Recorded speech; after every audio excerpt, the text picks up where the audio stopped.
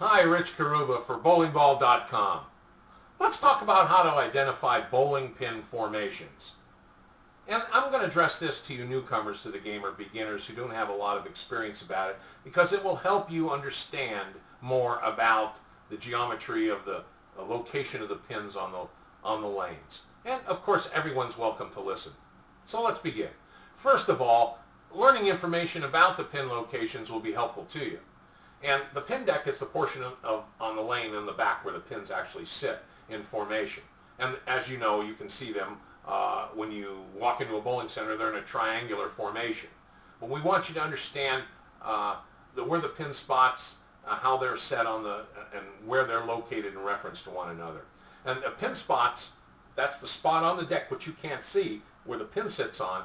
They're round. They match the base of a standard United States Bowling Congress certified bowling pin. Now, we know there's 10 pins in 10-pin bowling, and we know that the pin setter recycles a full set of pins every time they begin a new frame. And then when pins are left, they recycle the remaining pins. So if you learn to identify them, it'll help you formulate a good spare shooting system, as well as understand where the head pin and the pocket is located, and so on. So therefore, let's use identifying numbers for the pins. Now, the pin nearest you with 4 rows of pins, the pin nearest you, we refer to commonly as the head pin. You could call it the number 1 pin. And it's about in the middle of the lane. And if we use about a 40-inch wide lane, about 40 boards, with a board being about 1 inch wide, it would be on the 20 board. So let's reference that. Because the 20 board, where the dead center of the number 1 spot comes all the way back the lane toward you, and you can see the rangefinders 15 feet past the foul line. The center arrow lines up. And then right at the foul line, when you look at the dots just behind the line, the center dot lines up with the head pin. Keep that in mind. Next, the head pin, again, is the first of the 4 rows configuring that total triangular formation in the first row of pins. Next is the second row of pins, and that has the 2-pin and the 3-pin. So if you're a right-handed bowler or left-handed bowler, it doesn't matter.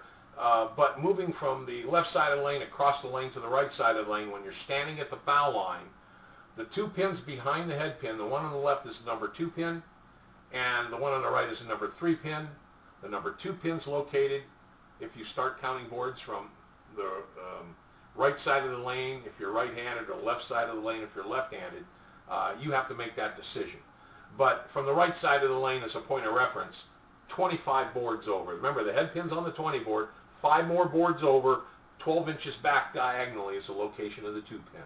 12 inches back diagonally to the right is the location of the 3 pin. That would be on 15 board if you start counting from the right side of the lane. If you're left-handed, think of it the opposite way. I'll use right-handed examples from here on.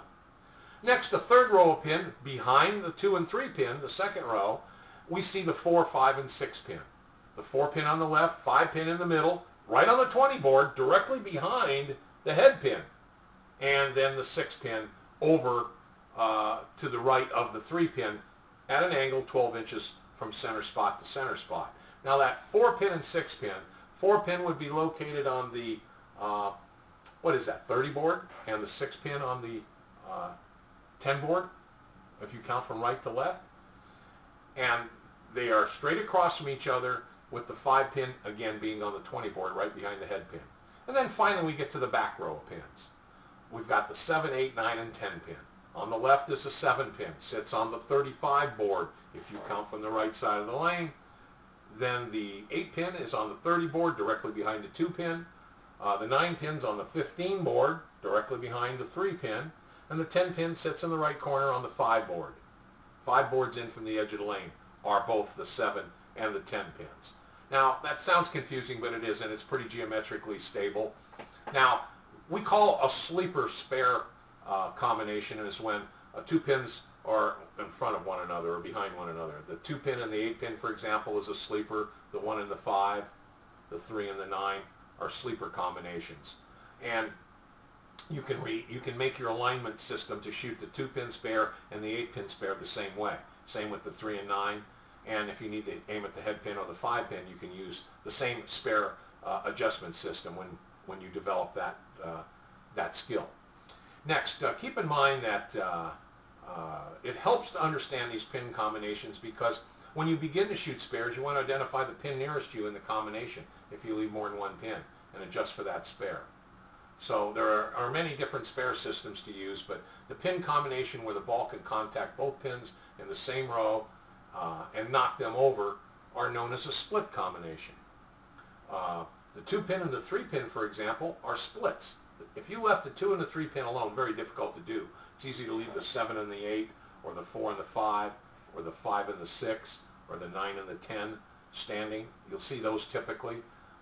Even though they're next to each other, the ball can contact them both and knock them over. That's important to remember. So you would try to aim for right in between the two or at the pin in front of it. In the case of the 4-5, right-handers leave quite a bit. You would aim at the 2-pin and try to get pretty close in there. You can knock them over. Some split combinations are too far apart.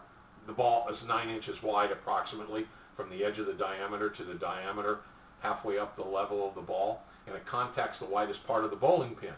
So it helps to understand a little bit about these dimensions and strategies when you're trying to learn to become a better bowler. When we talk about finding the pocket, it's located between the 1 and the 3-pin for right-handers, between the 1 and the 2-pin for left-handers, or in about 17.5 board or 22.5 board, depending if you're right or left-handed. So it helps to know that when you try to make your adjustments for your strike deliveries. We hope some of these tips help you.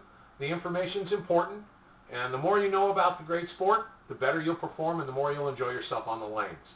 While you're here, check out our great inventory of bowling products. If you find something you like and you wish to purchase it, simply follow the easy-to-order online instructions. And remember, our store is always open, and we very much thank you for visiting us at bowlingball.com.